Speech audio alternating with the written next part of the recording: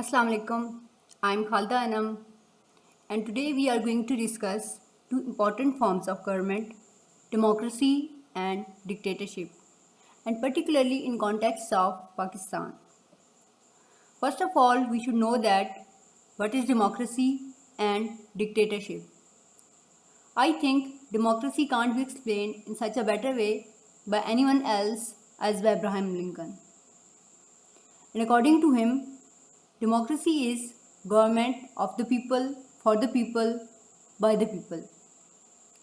On the other hand, dictatorship is rule in which power lies in the hand of one person or one particular group. Let's have a look of different eras of civilian government and military rule in the history of Pakistan. From here it is clear that although Pakistan is a democratic country in our constitution, but still ruled by many dictators for more than 3 decades. It means that Pakistan is not a pure democratic country, but a so-called democracy. Now, before argumentation on the point that which system suits Pakistan well, we have to know the merits and demerits of both these systems. First of all, democracy. As we know that in democracy, representatives of people are chosen by people themselves.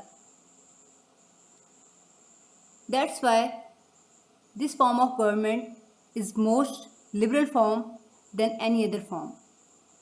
In addition, this form of government is more accountable form in which head of state and head of government are responsible directly to the masses and to representatives of people, means members of National Assembly.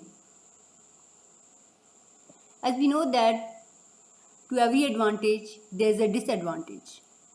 So this effective system also has some demerits, and the most worthy of the discussion is corruption.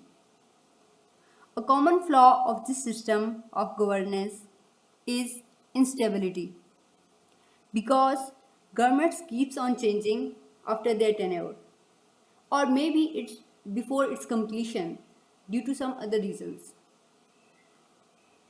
And also this system can't meet emergencies. Now moving to the dictatorship,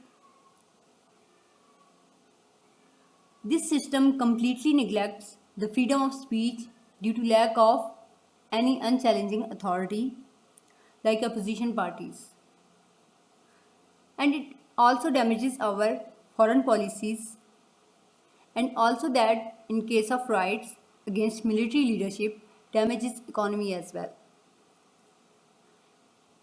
As we know that it's very difficult to find the merits of dictatorship, but still this type of system is slightly effective in emergencies like in war system, and also have a little bit corruption in it. From the above discussion, you all have gotten the better understanding of the point that democracy is better than dictatorship. Although Pakistan has faced both systems of governances respectively, but not flourished in any particular field. Reason is inconsistency to achieve one particular system. Pakistan, being a democratic country, is ruled by many dictators after its creation. But the main point here is, keeping dictatorship on one side, why Pakistan, our country, don't flourish during the eras of democracy? And the answer to this question lies in the factors: military interference in democracy, corruption, abuse of power by our royal politicians, and weak system of accountancy. By summarizing the whole discussion, I just want to say that among democracy and dictatorship, democracy matters a lot, and in democracy, not the presidential, not the parliamentary system, but democrats matter. Thank you.